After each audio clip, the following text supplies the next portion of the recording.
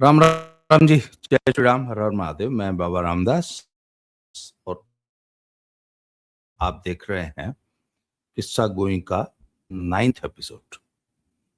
आज कोई कोई एक खास कोई टॉपिक नहीं है, आज सिर्फ बातें करेंगे।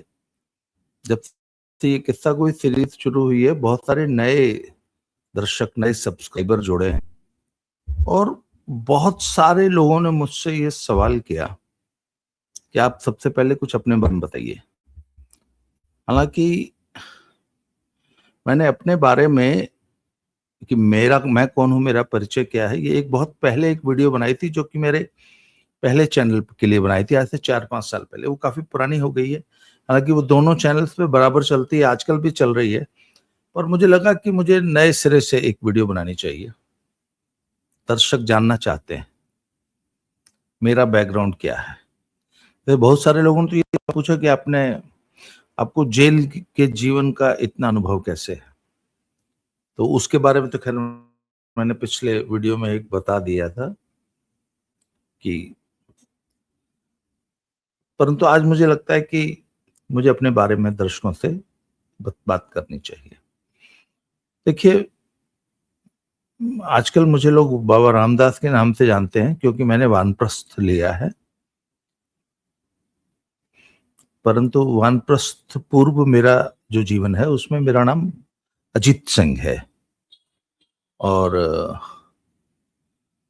अगर सही पूछा जाए, कई लोग मुझसे पूछते हैं कि क्या करते थे आप, तो इसका जवाब कोई एक लाइन में नहीं दिया जा सकता कि मैंने जीवन में क्या किया, मैं क्या करता था। कहने को तो I was a wrestling coach,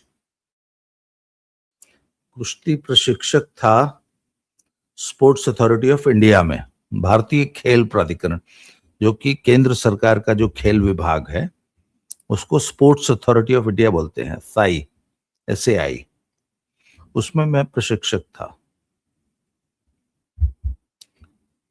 उससे पहले का जो मेरा परिचय ये रहेगा कि मेरे फादर सेना में थे, आर्मी में थे, और मेरा जन्म पठानकोट में हुआ था।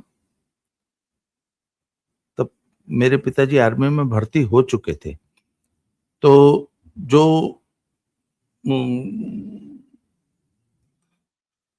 मिलिट्री हॉस्पिटल पठानकोट का मेरा जन्म है,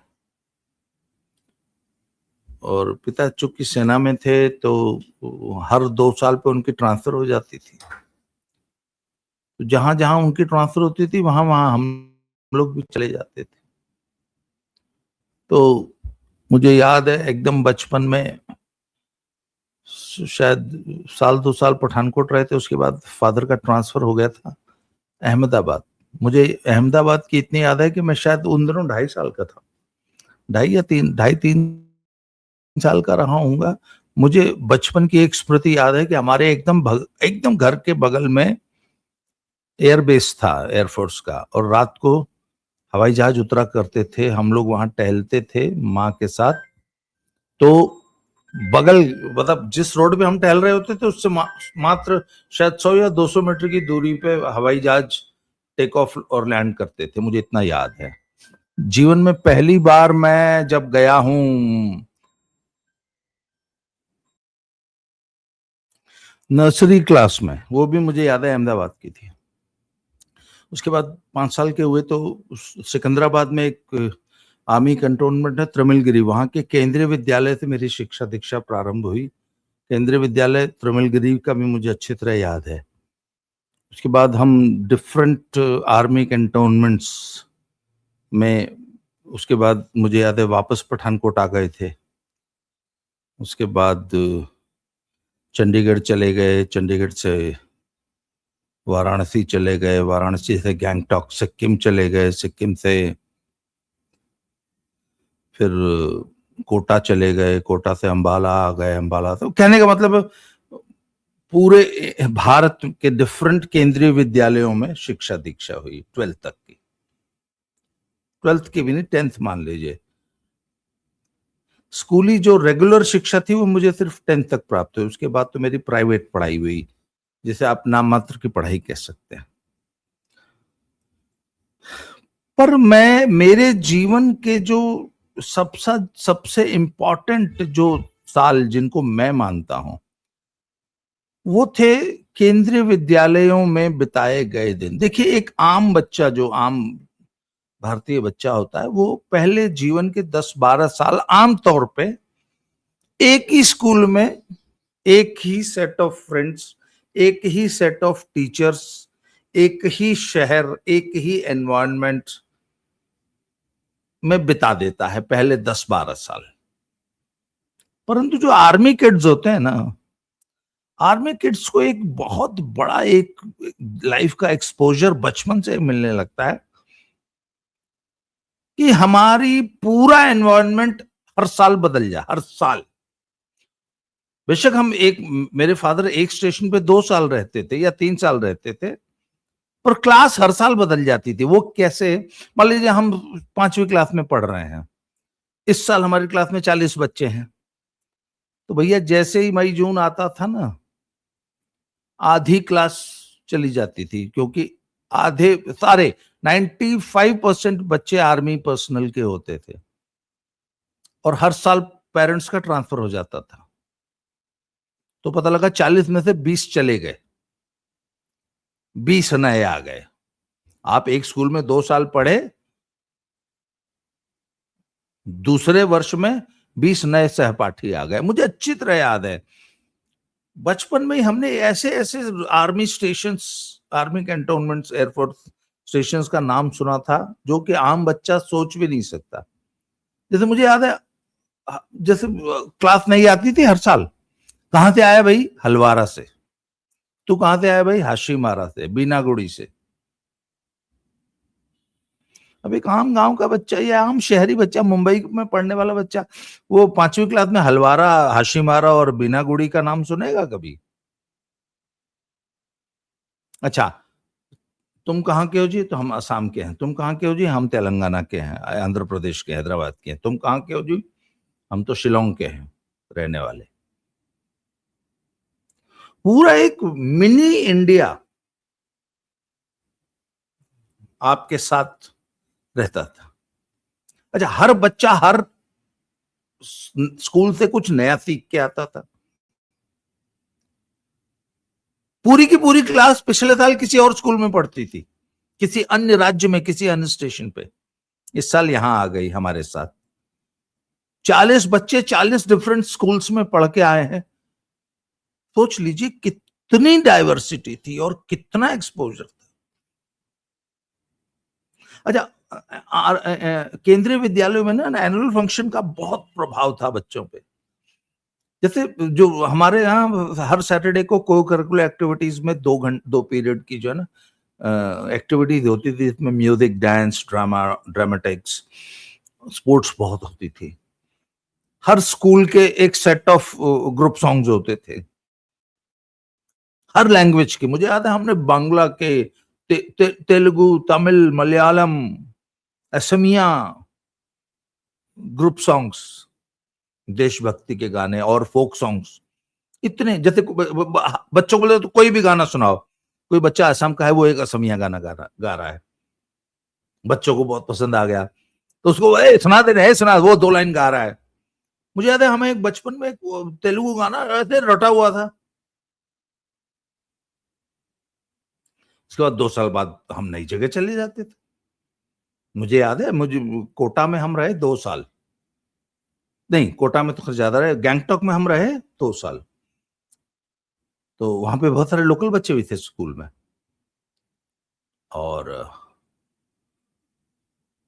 वहां कुछ ऐसे बच्चे थे जिनके फादर सेंट्रल गवर्नमेंट एम्प्लॉयज थे, पर वो बचपन में सिक्किम में आ गए थे, तो उनको जो भूटिया भाषा है वो आ गई थी, तो वो आपस में भूटिया भाषा में स्कूल में पढ़ते थे। मुझे ठीक ठाक मैं भूटिया समझने लग गया था, जो सिक्किमीज भाषा थी।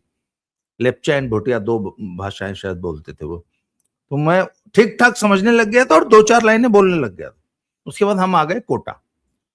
कोटा में साहब हाड़ौती बोली जाती थी, बहुत ही मीठी, बहुत ही स्वीट लैंग्वेज। वो तो हाड़ौती तो मैं आज भी थोड़ी बहुत बोल लेता हूं।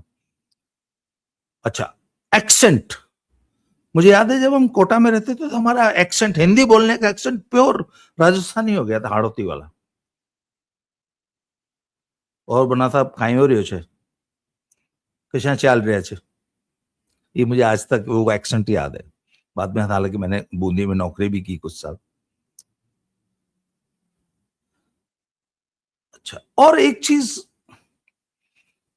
जिसने, अच्छा, हर 2 साल में आप एक नए स्टेशन पे जाते थे, नया कल्चर, नया खान पान। अच्छा, वैसे भी जब आप आर्मी कैंटोनमेंट्स में रहते हैं वहां पर पड़ोसी भी हर साल बदल जाते थे। आज आपके पड़ोस में कोई फैमिली रह रही है और साल अगले साल वो फैमिली चली गई, कोई दूसरी आ गई वहां पे। मुझे याद है हमारे एक बार हम लोग अंबाला में रहते थे, हमारे बगल में एक आंटी रहती थी, वो साउथ की थी, और वो अपने घर पे उनका जो मुख्य स्टेपल फूड था वो पेपर डोसा था। पेपर डोसा और वो नारियल वाली चटनी। उनके बच्चों को रोटी और पराठा बहुत पसंद था। तो मुझे याद है हम लोग छोटे छोटे थे, हम सारा दिन उनके घर पड़े रहते थे, उनके बच्चे हमारे घर पड़े रहते थे। उनके बच्चे सारा दिन हमारी मम्मी के हाथ का बना हुआ रोटी और पराठे खाते थे, हम उनकी मम्मी के हाथ का इडली और पेपर डोसा खाते थे।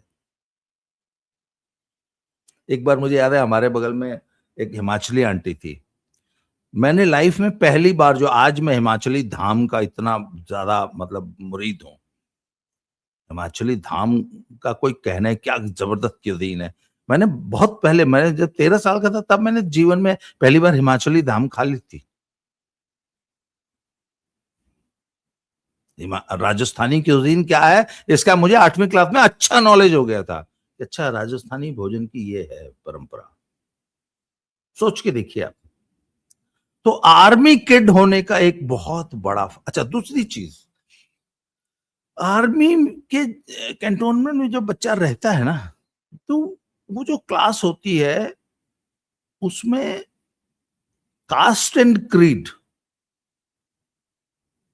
हालांकि धर्मनिरपेक्षता वाली बात इसलिए नहीं हमें फील हुई क्योंकि 99% आर्मी में तो हिंदू ही हैं या सिख थे, तो हिंदू सिख का तो कोई भेद था ही नहीं। और मुस्लिम पॉपुलेशन इतनी कम है आर्मी में, मुसलमान, कि हमें अपनी कैंटोनमेंट में मुझे याद ही नहीं कि कभी कोई मुस्लिम फैमिली रही। 1-2 क्रिश्चियन जरूर थे हमारी कॉलोनी में, 1-2 बार ऐसा हुआ। तो धर्म का तो नहीं मैं कह सकता, धार्मिक कोई ऐसा, पर जातीय भेदभाव नाम की जाति क्या होती है इसका हमें सोसाइटी में कभी फील नहीं हुआ। हाँ, मेरे पिताजी बड़े घोर जातिवादी आदमी थे, ये तो मैं मानता हूं। बाद में जब मुझे महसूस हुआ, जब मैं 18-20 साल का हुआ, तो मैंने महसूस किया कि हमारे पिताजी तो बहुत भयंकर जातिवादी आदमी हैं। उनको, उनके अंदर जातीय सुपेरियरिटी कूट कूट के भरी हुई थी। परंतु बचपन में हमें ऐसा कभी, हमें पता ही नहीं चला कि जाति नाम की कोई चीज भी होती है और जाति की का भी एक वर्गीकरण होता है समाज में। अच्छा, तीसरा, अब सब बच्चों के साथ ऐसा होता हो मुझे नहीं पता, मुझे याद है मैं सेकंड क्लास में था, दूसरी कक्षा में, और हम लोग सेकंड क्लास में थे पठानकोट में। पठानकोट का जो एयरफोर्स स्टेशन के अंदर जो केंद्रीय विद्यालय है, वो जो केंद्रीय विद्यालय की आज जो पठानकोट की नई बिल्डिंग है वो मेरे सामने, मुझे याद है। हाँ, मुझे अच्छी तरह याद है जब हम लोग शुरू में 4-6 महीने तो टेंटों में पड़े थे अंदर। बिल्डिंग बन रही थी केंद्रीय विद्यालय की। 1971 का जब वॉर जिस दिन शुरू हुआ है उस दिन हमारा स्कूल टेंटों में लगता था। याद है मुझे अच्छी तरह, वो दिन याद है, 13 दिसंबर 1971। और फिर शायद फरवरी, मार्च, अप्रैल में जाके हम नई बिल्डिंग में शिफ्ट हो गए। तो नई बिल्डिंग में एक बहुत बड़ी लाइब्रेरी थी। वो मेरे जीवन की एक बहुत महत्वपूर्ण घटना उसे मैं मानता हूं। और मैं 6 साल का बच्चा था और मुझे 6 साल की उम्र में ही बुक्स इतना फैसिनेट करती थी। मुझे 6 साल की उम्र में किताबें पढ़ने का चस्का लग चुका था। हुआ क्या था कि मुझे याद है जब सेकंड क्लास में हम गए तो नई बुक्स आई, नई बुक्स में हिंदी की किताब थी आई, और मैंने याद है मुझे पहले ही दिन उसमें जो एनसीईआरटी की बुक्स थी उसमें बड़ी अच्छी अच्छी कहानियां होती थी, कहानियां, कविताएं। तो कविताओं में इतना इंटरेस्ट नहीं आता था, कहानियों में बड़ा इंटरेस्ट आता था। मुझे याद है मैंने 1 या 2 दिनों में पूरी सेकंड क्लास की एनसीईआरटी की हिंदी बुक पढ़ डाली थी। बड़ा मजा आया था मुझे। अब फिर हमने इंग्लिश की उठाई, अब इंग्लिश की समझ में नहीं आती। तो मुझे याद है हमारे बगल में एक अंकल रहते थे, वो एयरफोर्स में थे। मैं उनके पास लेके पहुंच गया, अंकल ये कहानी पढ़ के सुनाइए। वो भी बड़ा मजेदार व्यक्ति थे। उन्होंने बकायदा वो कहानी पढ़ के हमें मुझे सुनाई। और मुझे याद है मैंने 10-15 दिनों में वो इंग्लिश की किताब भी पूरी उनके थ्रू पढ़ डाली थी। तब तक इंग्लिश इतनी सेकंड क्लास के बच्चे को इतनी इंग्लिश पढ़नी नहीं आती, समझनी नहीं आती। तो उन्होंने मुझे वो इंग्लिश की कहानियां हिंदी में समझा दी, मुझे बहुत मजा आया। फिर मुझे लगा यार अब तो स्टोरी बुक्स और मिलनी चाहिए। तो मुझे इतना भी पता था कि एक लाइब्रेरी नाम की चीज होती है स्कूल में। अब सब हम स्कूल में गए, लाइब्रेरी, अब क्लास मुझे याद नहीं मैं क्लास से बंक मार के जाता था कैसे जाता था। तो मैं गया, तो मैं जैसे ही लाइब्रेरी में घुसा, अभी सोच के देखिए 6 साल का बच्चा लाइब्रेरी में आ रहा है, तो वो लाइब्रेरियन इतना जल्लाद आदमी था, इतना मतलब सरकारी कर्मचारी को इसीलिए कहते हैं कि इसकी तो सालों की तो खाल उतार लेनी चाहिए, ये सिर्फ नौकरी करने के लिए नौकरी करते हैं। लाइब्रेरियन था वो आदमी। उसने मुझे ऐसे दुत्कारा, ऐसे भगाया लाइब्रेरी से जैसे कोई बहुत बड़ा इंट्रूडर लाइब्रेरी में घुस गया हो घर में। सब उसने भगाया मुझे, डांट के मैं भाग गया। अगले दिन मौका निकाल के मैं फिर लाइब्रेरी में घुस गया। तो मैंने, अच्छा मजे की बात देखिए, लाइब्रेरी पे ताला बंद, लाइब्रेरी के अंदर सभी अलमारियों पे ताला। तो मैंने, खैर एक कोई खुली हुई थी, उसमें देखा तो वो बड़े बच्चों की किताबें थी, वो मेरे इंटरेस्ट की नहीं थी। फिर एक और मुझे मिल गई, उसमें छोटे बच्चों की थी। तो मैंने वो छोटे बच्चों की किताब अभी उठाई थी कि वो लाइब्रेरियन पीछे तो फिर आ गया, उसने मुझे पकड़ लिया, ओए किताब। तो ना वो मुझे डांट के भगा रहा था। तो हमारे एक सर थे, सरदार जी, मुझे अभी भी याद है। उन्होंने कहा रुको रुको रुको। उन्होंने पूछा क्या हुआ बेटा? मुझे नाम नहीं याद है पर शक्ल मुझे आज भी उनकी याद है। तो अब 6 साल का बच्चा क्या बोलेगा? तो वो समझ गए कि इसको स्टोरी बुक्स चाहिए। तो उसने बोला कोई बात नहीं, मैं रुके सर, मेरे नाम पे इशू कीजिए। तो उन्होंने मुझे, याद है मुझे, एक स्टोरी बुक अपने नाम पे इशू करा के दी। तो वो मैंने पढ़ डाली एक दिन में। अगले दिन मैं फिर लाइब्रेरी में हाजिर। और वो अब मुझे माँ बहन की गालियां देने का मन कर रहा उस लाइब्रेरियन को। उस साले ने मुझे अगले दिन फिर किताब नहीं दी। मैं भी बहुत ढीठ था। मैं पूरे स्कूल में खोज खाज के उन सर के पास पहुंच गया, सरदार जी के पास। वो मुझे देखते ही पहचान गए। उसने बोला क्या हुआ? मैंने कहा सर वो किताब नहीं दे रहा। वो फिर गए लाइब्रेरियन के पास, उन्होंने बोला दे यार किताब दे इसको।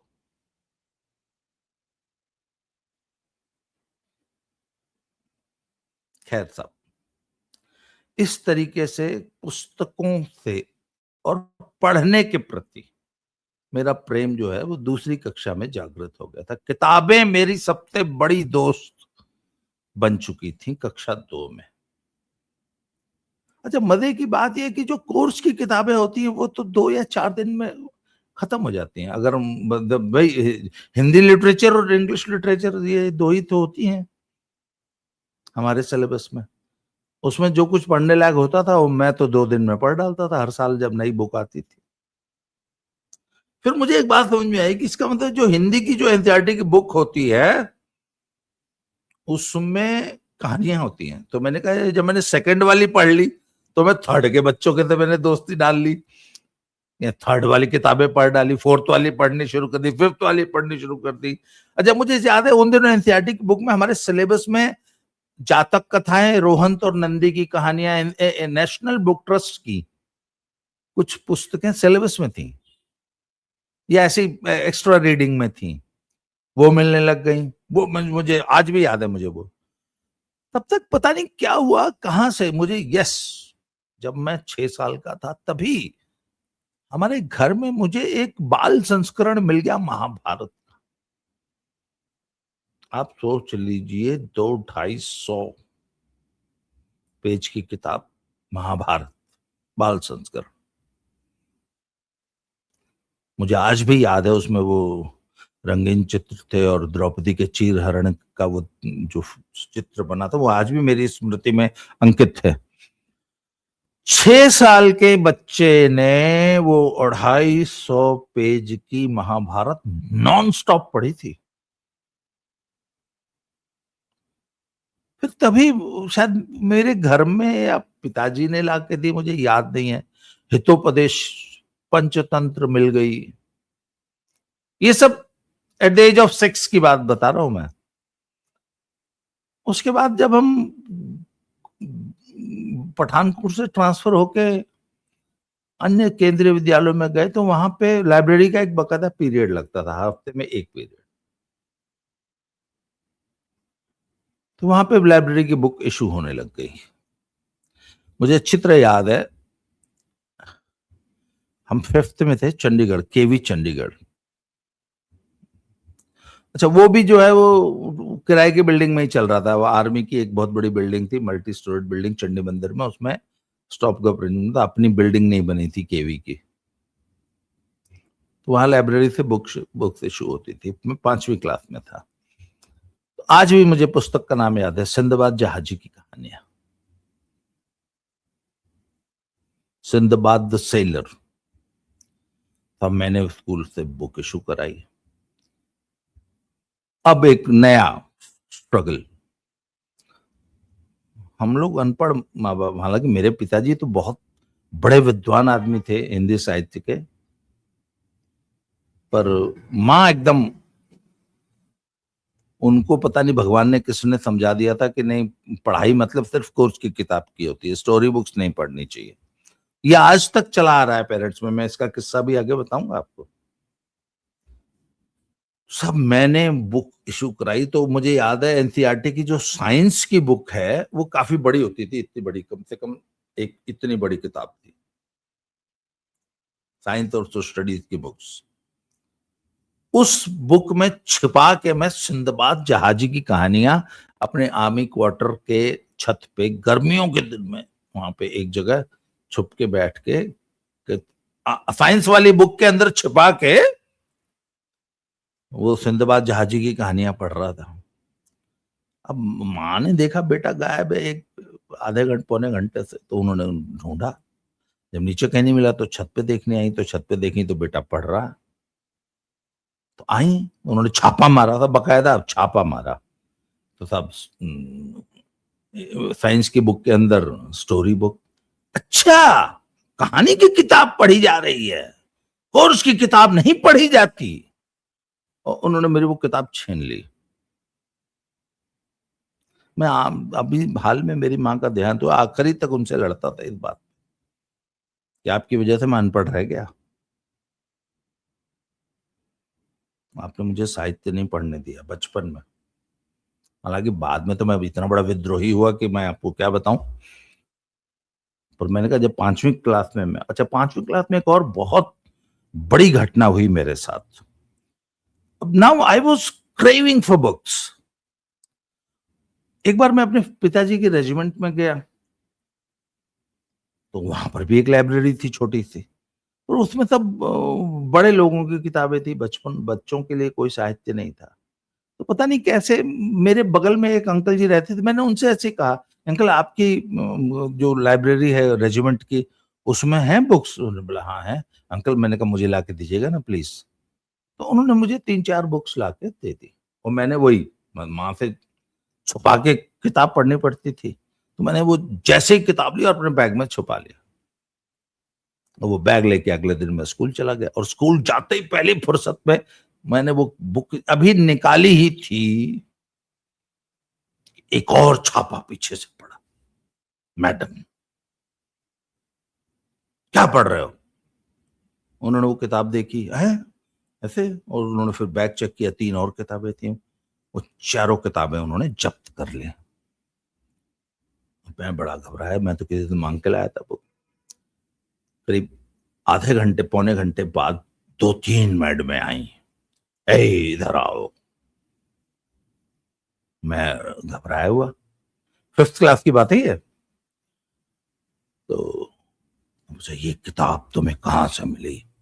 तो मैंने साफ साफ मैंने कहा जी वो पड़ोस में एक अंकल जी हैं, मैंने उनसे मांगी थी, मुझे बुक्स पढ़ने का शौक है, तो उन्होंने मुझे दी। नहीं बेटा, ये तुम्हारे पढ़ने लायक किताबें नहीं है, और ये तुम बैग में रखो। वो शायद किसी लिफाफे में पैक करके लाई थी वो चारों बुक्स। कहते ये बैग में रखो, तुरंत अंकल जी को दे देना, और खोल के मत देखना इनको। मैं इतना डर गया था, मैंने वो वाकई बुक्स खोली नहीं। जाते ही मैंने सबसे पहले वो उस अंकल जी को सौंप दी। पर मैं इतना समझ गया था कि ये कुछ गड़बड़ बुक्स थी, उसमें कुछ ऐसी मुझे लगता है कि वो मनोहर कहानियां सत्य कथा टाइप की कोई बुक थी शायद, क्योंकि मुझे बाद में पता चला कि आर्मी में वो मनोहर कहानियां सत्य कथा इस टाइप की बुक्स भी आया करती थी, मैगजीन्स आया करती, तो वही 1-2 ला के दे दी थी। तो बोला नहीं ये तुम्हारे पढ़ने की नहीं है। खैर साहब, उसके बाद 6ठी-7वीं में हम लोग बनारस आ गए थे, तो उस वक्त प्राइवेट बुक्स हमको मिलने लग गई इधर से, चंपक नंदन, पराग। मुझे याद है 7th क्लास में थे तो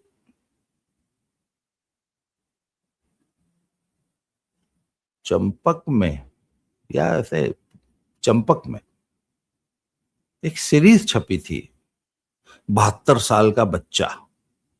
मैं आज गूगल पे सर्च करूंगा वो किसने लिखी थी। सीरीज थी 10-12, वो एक कोई दादाजी हैं, वो गांव से शहर में अपने पोते के पास आए हैं। बहुत बहुत मजेदार, आज भी याद है मुझे, सोच लीजिए 72 साल का बच्चा। उसी तरह फिर उस वक्त ना घटिया छिछला साहित्य भी मिलने लग गया था, और कुछ मिलता ही नहीं था कायदे का। तो बनारस में 7th क्लास में मुझे याद है ये राजन इकबाल सीरीज, पता नहीं क्या मेजर, पता नहीं कौन सा रंजीत, कर्नल रंजीत मेजर, पता नहीं क्या, ऐसे ऐसे जो सस्ते घटिया जासूसी उपन्यास आने लग गए थे। अच्छा हाँ, 7th क्लास में हमारे बगल में एक फैमिली रहती थी, सिख फैमिली। उनके पास रशियन लिटरेचर की, जो रशियन बुक्स नहीं आती थी पहले, रशियन प्रोपेगेंडा बुक्स होती थी, जो कि बहुत अच्छे कागज पे प्रिंट होती थी। पुराना यूएसएसआर था तो उनका बहुत बड़ा बजट था प्रोपेगेंडा के लिए, लिटरेचर का। तो हिंदी में बहुत अच्छी बुक्स आया करती थी, उसमें बहुत सारी ना रशियन स्टोरीज। मैंने पहली बार रशियन स्टोरी उन्हीं के घर से लेके वो किताब पढ़ी थी। बहुत, उसके बाद मैंने रशियन बुक्स बहुत सारी पढ़ी उनसे ले लेके। उनके घर में पता नहीं कहाँ से आती थी, एक मैगजीन आती थी, एक सोवियत नाम से मैगजीन आती थी, एक मुझे याद है एक मैगजीन आती थी सोवियत नारी। उसपे ना बहुत खूबसूरत सोवियत मॉडल्स की, सोवियत लड़कियों की फ्रंट पे पेज पे फोटोग्राफ होती थी, सुंदर सुंदर लड़कियों की। पर मुझे उस वक्त एक चीज पता लगी, मैंने जब वो सोवियत बुक्स पढ़नी शुरू की तो मुझे समझ में आया कि फोटोग्राफी क्या चीज। Photography can be so engaging, so attractive. उन बुक्स से मुझे ये समझ में आया कि अच्छा यार बुक्स में जो फोटोग्राफ्स हैं वो भी एक बहुत इंपॉर्टेंट पार्ट होते हैं। तो मुझे फोटोग्राफी में वहां से इंटरेस्ट जागृत हुआ कि फोटोग्राफ्स कितने इंपॉर्टेंट होते हैं लिटरेचर में। खैर साहब, करते करते करते करते मुझे याद है 8th क्लास के आसपास, पता नहीं कहां से ये गुलशन, हाँ गांव में एक बार गए थे तो हमारे बगल में एक भैया थे, उनको उपन्यास पढ़ने का शौक था बहुत ज्यादा। उनके पास गुलशन नंदा, रानू, प्रेम वाजपेयी, इस टाइप के जो जो लुगदी साहित्य होता है वो मिलता था। तो हालांकि पिताजी को मेरे शौक का पता लग गया था, तो वो मॉनिटर करने लगे थे। तो वो उन्होंने मुझे डिस्करेज किया कि यार ये क्या घटिया चीज पढ़ते हो तुम। 8th क्लास की बात है ये। हाँ, 8th की। उन्होंने मुझे बताया कि यार ये क्या घटिया चीज पढ़ते हो, पर 8वीं क्लास के बच्चे को वही बहुत इंटरेस्टिंग लगता है। और मैंने उस जमाने में 150 तो ऐसे ही पढ़ डाले थे। उसके बाद उसी उम्र में मनोहर कहानियां, सत्य कथा, ये इस टाइप की प्रेम मनोहर मेन मैगजीन थी मनोहर कहानियां, उसकी सफलता से प्रेरित होकर और छोटी छोटी मैगजीन्स निकलने शुरू हो गई थी। प्रेम कहानियां, मनोहर कहानियां, सत्य कथा, हाई कथा, हऊ कथा, 20 किस्म की आने लग गई थी। और अपनी व्यूअरशिप बढ़ाने के लिए उन्होंने थोड़ा सा अश्लील लाइनें भी जोड़नी शुरू कर दी थी। तो एक बार पिताजी ने मुझे उनमें से कोई एक पढ़ते देख लिया तो बहुत डांटा था कि आज के बाद ये मत पढ़ना। फिर उसी दौरान मुझे प्रेमचंद की मिल गई मानसरोवर, 12-14 वॉल्यूम से। पता नहीं किसी फ्रेंड के घर पे मिली थी। उनके लाइब्रेरी में, उनकी अलमारी में पूरी 12-14 थे मानसरोवर के, उन्होंने सारे पढ़ डाले थे। उसी दौरान उन्हीं के शायद घर थे मुझे वो अपना, अरे वो बंगाल वाले जो हैं जिन्होंने वो लिखी है, अरे वो शराबी वाली कहानी, क्या नाम था उसका, वो पारो और वो वाली कहानी, अब देखो उसका, वो पढ़ी। उसके बाद प्रेम उसका काफी सारा वहां पढ़ डाला। रविन्द्रनाथ टैगोर की हिंदी में अनुवादित पुस्तकें पढ़ी। इस तरीके से ये, अच्छा, अब तक मेरा हिंदी ही पढ़ने का था। अंग्रेजी ना मिली थी ना, अभी शायद अंग्रेजी समझने का इतना 8वीं 9वीं तक था ही नहीं। मैं आपको अपनी रीडिंग हैबिट्स के बारे में इसलिए बता रहा हूं इतना डिटेल्स में, क्योंकि मुझे ऐसा लगता है कि मेरे जीवन की जो सबसे महत्वपूर्ण जो चीज रही थी वो मेरी रीडिंग ही थी। और साहित्य पढ़ना ही आपको एक कंप्लीट ह्यूमन बीइंग बनाता है। हालांकि और भी बाद में और बहुत सारी चीजें जुड़ी, पर रीडिंग बचपन से ही जुड़ गई थी। मुझे याद है उस वक्त ना, ये कादम्बिनी, सारिका, नहीं, सरिता, मुक्ता, इस टाइप की अब तो, अच्छा, वो आपको मालूम है सारी मैगजीन नाम की चीज ही धरती से खत्म हो गई। बाद में मुझे याद है इंडिया टुडे आ गई थी, फिर वो आउटलुक आ गई थी, कैरवान थी, रीडर्स डाइजेस्ट आती थी। आजकल कहाँ कोई मैगजीन आती है आजकल, आज के युग में? अब तो पता मैगजीन पढ़ने का तो चलन, अखबार तक लुप्त हो रहे हैं। तो ये मैगजीन्स पढ़ते पढ़ते फिर 10वीं क्लास की बात है, 10वीं के एग्जाम्स हुए थे, हम लोग फ्री थे। तो मेरे एक दोस्त थे, उनके फादर एएमसी में थे, मनवीर नेहरा, कोटा की बात है। मैं उनके घर गया था तो उनके यहाँ एक पुस्तक पढ़ी थी, अंग्रेजी का नॉवल था। मेरे मेरे क्लासमेट थे वो, आजकल भी शायद जयपुर में रहते हैं। ये बात है 1982 की। तो मैंने उनसे पूछा ये क्या है, तो बोला ये किताब है, the final diagnosis, Arthur Hailey. तो मैंने पूछा इसका क्या है, इसकी स्टोरी जरा बताओ। उन्होंने ऐसे मुझे ब्रीफ में उसका एक ब्रीफ दे दिया उसका, ये कहानी है। तो मैंने कहा चलो आज से इंग्लिश ट्राई करते हैं। And but I was not sure, मैं उससे पहले कुछ बच्चों को इंग्लिश की नॉवेल्स पढ़ते देखता था, और तब तक मेरा हिंदी में बहुत ज्यादा रुझान था। तो मुझे याद है 82 में मैंने पहला अंग्रेजी किताब मेरे हाथ लगी, the final diagnosis, Arthur Hailey की। मैंने पढ़ना शुरू किया, शुरू के 10-15 पेज तो मतलब, अच्छा तब तक मुझे ये पता ही नहीं था कि हम अंग्रेजी पढ़ने और समझने लगे हैं। मुझे भी अब अंग्रेजी आ गई है, तब तक मुझे इसका एहसास ही नहीं था। तो शुरू के 10-15 पेज तो मैंने जबरदस्ती पढ़े, पर 15-20 पेज पढ़ते पढ़ते फिर स्टोरी समझ में आने लग गई और रस आने लग गया। और मुझे याद है मैंने 2-3 दिन में वो पढ़ डाली, और पढ़ते पढ़ते तो मतलब आधे में पहुंच के तो आर्थर हैली को अगर आपने पढ़ा हो, मैंने बाद में आर्थर हैली का समग्र पढ़ा। आर्थर हैली जो है मेरे सबसे मोस्ट फेवरेट लेखक बन गए थे। मैंने आर्थर हैली की लिखी हुई सारी किताबें पढ़ी है, शायद एक छोटी हुई है, द स्ट्रॉन्ग मेडिसिन। हाँ, एक स्ट्रॉन्ग मेडिसिन ही छोटी है, उसके अलावा सब पढ़ डाली।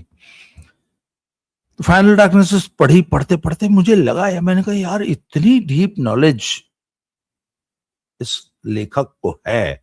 वो this is the story of a pathologist who is working in a very big hospital in America.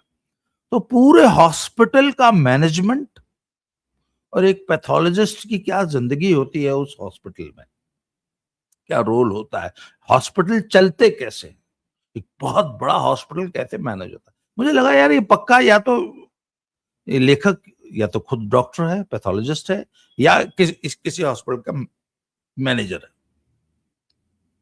मैं इतना इंप्रेस हुआ उस किताब से, और वहां से एक नया रास्ता खुला मेरे जीवन में अंग्रेजी साहित्य का।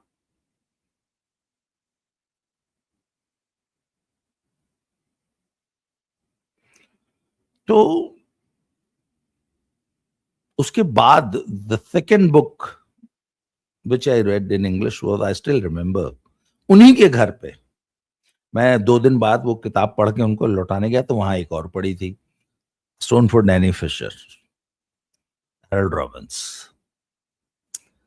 मैंने कहा ये, कहता ये ले जाइए, तो बड़ी, ये हल्की, वो बड़ी हैवी बुक थी।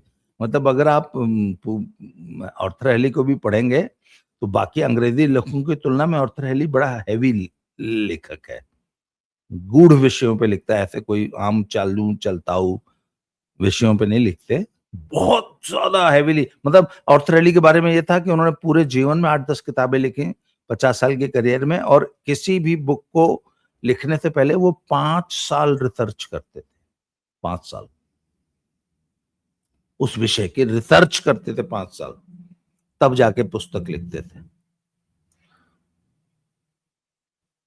और हैरोल्ड रॉबिन्स हल्का फुल्का अमेरिकी लेखन, अमेरिकन लाइफ, अमेरिकन टीनेजर्स पे। तो स्टोनफोर्ड डैनी फिशर नाम के एक लड़के की कहानी थी, बड़ी मजेदार बुक। और उसमें थोड़ा सा ऐसे सीन्स भी थे। अब भाई 15-16 साल के बच्चे को अंग्रेजी साहित्य में अब साहब मजा आने लग गया। और वैसे भी stone for Danny Fisher is a very popular book Harold Robbins की। फिर मुझे लगा यार हैरोल्ड रॉबिन्स तो बहुत मजेदार लेखक है। अब तब हमने कोटा की लाइब्रेरीज, तो कोटा में 2-3 किस्म की लाइब्रेरीज थी, एक डिस्ट्रिक्ट लाइब्रेरी थी, आर्मी में डिव लाइब्रेरी थी, उसमें पर मेंबरशिप नहीं थी, तो बड़ी मुश्किल से जुगाड़ से किताब लेनी पड़ती थी। पर कोटा में जो है अंग्रेजी नॉवल पढ़ने वाले लड़कों का एक हमको धीरे धीरे ग्रुप बन गया, अरे उसके पास है, तो अब जो है ना बुक्स एक्सचेंज होने लग गई थी। फिर बाद में पता लगा चमन कोटा में सस्ता सा होटल होता था, चमन होटल नयापुरा में। चमन होटल के बगल में एक बुक शॉप थी, वो अंग्रेजी नॉवल किराए पे देता था। वहां से अंग्रेजी नॉवल किराए पे भी लाने लग गए। कोटा की डिस्ट्रिक्ट लाइब्रेरी में भी डैनी फिशर की 2-4-5 किताबें थी, वो मैंने पढ़ डाली थी सारी। पर एक बात हुई था, जब अंग्रेजी पढ़ना शुरू किया ना, तो हिंदी फिर पूरी तरह छूट गई। मुझे याद है 1982 के बाद फिर मैंने जीवन भर कोई हिंदी की किताब नहीं पढ़ी, सिर्फ एक पढ़ी। वो आज भी मेरे जीवन की मोस्ट फेवरेट बुक है। आज भी अगर मैं अपने जीवन की सर्वाधिक इंपॉर्टेंट, सबसे अच्छी पुस्तक का अगर मुझसे कोई लिस्ट पूछेगा तो उसमें सबसे ऊपर है ययाति। विष्णु सखाराम खांडेकर की बुक है ययाति। उसके ज्यादा उपन्यास, अब हालांकि मूलतः वो मराठी का उपन्यास है, हिंदी में अनुदित है, और वैसी किताब नहीं लिखी गई साहब। खैर चले, अपनी अपनी वो पसंद होती है। पर मैं ये इस बात को स्वीकार करता हूं कि एक बार जब मैंने इंग्लिश पढ़ना शुरू किया तो फिर हिंदी बिल्कुल ही छूट गई। उसके बाद बहुत कोशिश की मैंने हिंदी पढ़ने की, पढ़ी ही नहीं गई। मतलब इंग्लिश लिटरेचर ने ऐसा जकड़ा। उसके बाद तो फिर मुझे समझ में आ गया था कि अब एक ऑथर जो पसंद है, तो फिर मैंने पहला जो आर्थर एली पढ़ा था, उसके बाद जब हैरोल्ड रॉबिन्स पढ़ा तो स्टोनफोर्ड एनी फिशर तो बहुत बहुत पसंद आया, बहुत मजा आया। तो मैंने पूछा चलो स्टोनफोर्ड एनी फिशर ही पढ़ लेते हैं पूरा। तो उसके बाद मैंने 3 4 5 किताबें पढ़ी, पर चौथी पांचवी किताब आते आते मैं बोर हो गया। मुझे लगा यार एक ही रेपिटेटिव है सब कुछ नया नहीं था। फिर उसके बाद मुझे मिली आर्थर एली की एयरपोर्ट। जब मैंने एयरपोर्ट पढ़ी तब मुझे समझ में आया, वो तेरी मतलब आर्थर एली क्या चीज है। जैसे मैंने कहा था फाइनल डायग्नोसिस पढ़ो तो आपको लगता है कि किसी हॉस्पिटल के बड़े अस्पताल के मैनेजर या डॉक्टर ही इतनी गहराई से किताब लिख सकता है। जब एयरपोर्ट पढ़ी तो मुझे लगा यार या तो ये लेखक पायलट है खुद, या किसी एयरपोर्ट का मैनेजर है, क्योंकि इतनी गहरी नॉलेज एविएशन इंडस्ट्री की तो कोई ये ऐसे ही लोगों को पास हो सकती है। ये भैया उसके बाद अच्छा एक चीज, अब हवाई जहाज पे उपन्यास लिखा जा रहा है, और उपन्यास भी साला थ्रिलर।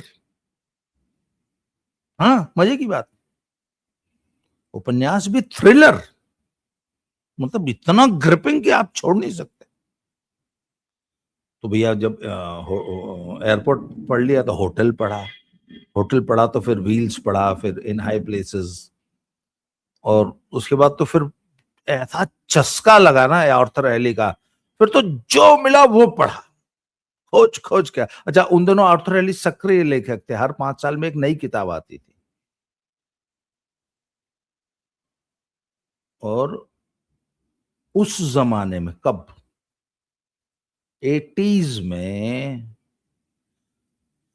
250 रुपए की किताब, 300 350 रुपए की किताब, 1985 86 87 88, हाँ 85 में 350 रुपए की किताब मुझे याद है मैंने खरीदी थी। 1985 का 350 आज कितने का है? आज 3500 हो गए। किताब पढ़ना भी बड़ा महंगा फिर पायरेटेड बुक्स मिलने लग गई थी, सड़कों के किनारे बिकती थी।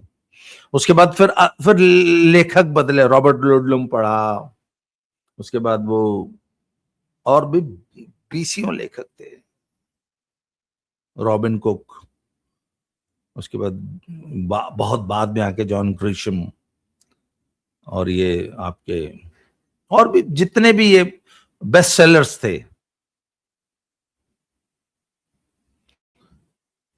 मतलब तब तो ये हालत हो गई थी कि एक किताब खत्म हुई तो जीवन में अचानक खालीपन आ जाता था।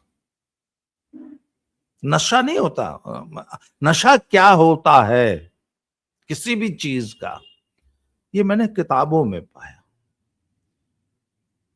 मैं बड़ी मजेदार एक कहानी आपको सुनाता हूं। एक बार क्या हुआ कि माँ बीमार थी, तो मैं और मेरी पत्नी, हम वो लखनऊ के एक अस्पताल में भर्ती थी। हम लोग शायद उन दिनों, हाँ हम पंजाब आ चुके थे, तो या कहीं, मतलब मैं और मेरी पत्नी हम उनसे मिलने गए। तो हम जब जा रहे थे तो रास्ते में वो आया किताब बेचने वाला, पायरेटेड बुक्स जो होती, तो उसमें मुझे वो मिल गई, I think the third twin थी, ये थर्ड ट्विन थी या ऐसे ही थी, थर्ड ट्विन ही थी शायद। वो किताब मैंने खरीद ली और वहीं कार में थे, तो कार में ही बैठे बैठे पढ़ना शुरू कर दिया। 15-20 मिनट बाद जब हॉस्पिटल पहुंचे तो 15-20 पेज हो गए थे। वो कहानी जबरदस्त, इतनी जबरदस्त कि मैं क्या बताऊं। थर्ड ट्विन ही थी शायद। अब सब मां के पास पहुंचे, उनका पथरी का ऑपरेशन हुआ था शायद। तो माँ और ठीक है, हाँ ठीक है ठीक है। तो मेरी पत्नी उनसे बात करना, और मैं बगल में किताब बुक कुर्सी पे बैठ के मैंने किताब उठा ली। 15-20 पेज फिर मतलब पढ़ डाले वहां बैठे बैठे।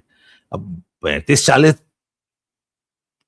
पेज बाद तो वो किताब एकदम मतलब बम्ब थी, बम्ब। अब मेरी पत्नी बार बार मेरे हाथ से वो किताब छीनने लग गई। माँ से मिलने आए हो, माँ से बात करो। हाँ मैंने कहा हाँ ठीक है ठीक है। फिर किताब हर 2 मिनट बाद वो, मैंने यार ये औरत बहुत परेशान करती है।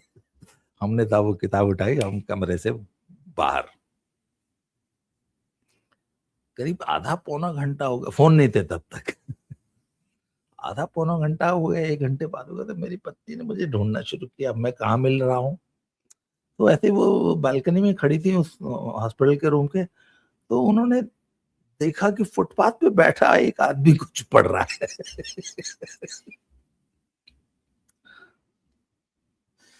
तो पहले उनको दूर से लगा कि ये, फिर बहुत ध्यान से देखा, अरे बोला तो पहलवान जी बैठ के किताब पढ़ रहे हैं, फुटपाथ पे बैठ के किताब पढ़ रहे हैं।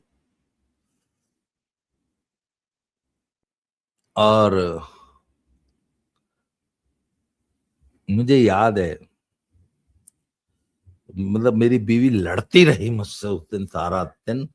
मैंने किताब नहीं छोड़ी, वो किताब फिनिश करके ही मैंने दम लिया। खैर साहब, माँ ठीक हो गई, हम घर आ गए, वो किताब मेरे बैग में थी। हम वापस आ गए, गांव आ गए, लाइट नहीं थी। वो मेरी पत्नी ने वो किताब उठा ली और पढ़ना शुरू किया। और तो वो किताब है ही इतनी ग्रिपिंग।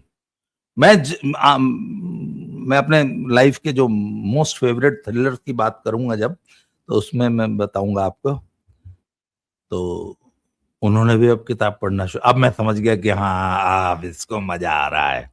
तो जब मैंने देखा ना 30-40-50 पेज पढ़ लिए, मैंने कहा ये कर ले, तो बोला मुझे डिस्टर्ब मत करो। मैं हर थोड़ी थोड़ी देर बाद, जैसे ये मुझे डिस्टर्ब कर रही थी, तो मैं उसको करने लग गया। लालटेन जला के, गर्मियों में लालटेन जला के, लालटेन के आगे बैठ के पढ़ रही। तो मैं एक बार मैं खून कर दूंगी अगर मैं मेरी किताब को दांत लगाया तो। किताबें इतनी मजेदार भी होती है। अच्छा मुझे याद है, एट द एज ऑफ 18 या 19, फ्रेडरिक फोर्सिथ की द डे ऑफ जैकाल पढ़ी थी। मैं आज भी ये मानता हूं कि अंग्रेजी साहित्य में अगर थ्रिलर जो जॉनर है, थ्रिलर का बाप अगर कोई किताब हुई है तो वो थी द डे ऑफ जैकाल। हालांकि बाद में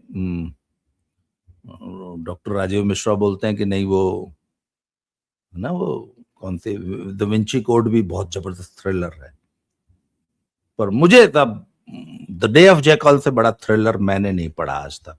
हालांकि बाद में the fourth twin, third twin, fourth के और जैकडॉस, ये भी बहुत जबरदस्त थ्रिलर थे। जैकडॉस उसका है, कैन फॉलेट का है।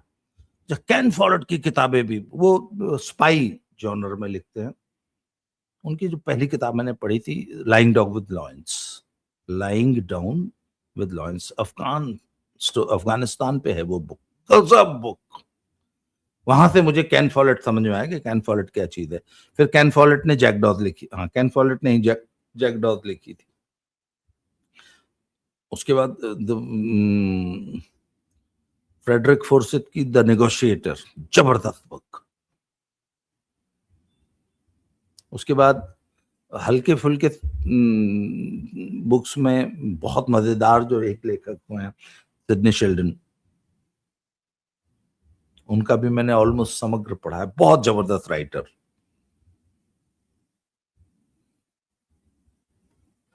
उसके बाद अलग अलग जॉनर्स हैं, जैसे वो रॉबिन कुक जो है वो मेडिकल थ्रिलर्स लिखता है, जॉन ग्रिशम जो है वो judicial court room dramas and thrillers लिखता है। हर ऑथर का एक अलग जॉनर होता है, पर मैं इतना मानता हूं कि अंग्रेजी किताबों ने जो है, अच्छा एक और बड़ा मजेदार किस्सा है। ट्रेन में एक बार बनारस से आ रहे थे तो वो शरद चंद्र की वो ऐसे बहू बेगम नहीं, बिराज बहू, हाँ बिराज बहू, वो ले ली, पढ़ना शुरू की, लखनऊ आ गया। लखनऊ आ गया तो अब घर चलो, I was so engrossed in the book, फिर मैं घर नहीं गया, फिर मैं स्टेशन पे सीढ़ियों पे बैठ के पहले मैंने वो किताब खत्म की फिर घर गया। इतना शौक था। तो साहब कहने का ये मतलब है कि मेरे लाइफ की जो सबसे बड़ी जो इम्पोर्टेंट 51 मिनट की वीडियो हो गई अभी तो। अच्छा आज मैंने अपना सारा अपनी बुकिंग हैबिट दिया कि मैं आपको एपिसोड में बताऊंगा कि मैंने, ये तो मेरे पढ़ाई का हुआ जीवन में, उसके बाद कैसे मैंने अपना करियर किस चीज में बनाया, नौकरी कैसे ज्वाइन की, पहलवानी कैसे की, उसके बाद नौकरी जब ज्वाइन कर ली तब जीवन में क्या किया, और मतलब सारी जिंदगी उठपटांग काम किए, सब सीधा काम तो जिंदगी में कोई किया ही नहीं, हर काम जीवन में उठपटांग किया है और बहुत अच्छा किया। और आज मैं अगर अपने आप को कहता हूँ कि मैं, मेरे जैसा सफल व्यक्ति जीवन में बहुत कम लोग होंगे। सफलता का उद्देश्य मतलब सफलता का पैमाना सिर्फ पैसा कमाना नहीं होता। हाउ सेटिस्फाई, एक हमारे एक गुरु जी थे, वो एक बात कहा करते थे कि अपने से खुद से पूछो कि have you lived a life of significance, आपने अपनी जिंदगी में कुछ सार्थक किया। जब मैं अपनी जिंदगी को देखता हूँ, आज आज मेरी उम्र 61 साल हो गई पूरी, मैं 62वें साल में लग गया हूँ, इस 25 जून को मेरा जन्मदिन था। जब मैं अपनी पिछले 61 साल की जिंदगी को देखता हूं तो मुझे लगता है कि नहीं, I have lived very very very, 9 बजे सब लाइव करना था, भूल गए, 9:09 AM हो चुके हैं। चलिए मिलते हैं दोबारा, आज के एपिसोड को यहीं खत्म करते हैं। थैंक यू वेरी मच, जय श्री राम, हर हर महादेव।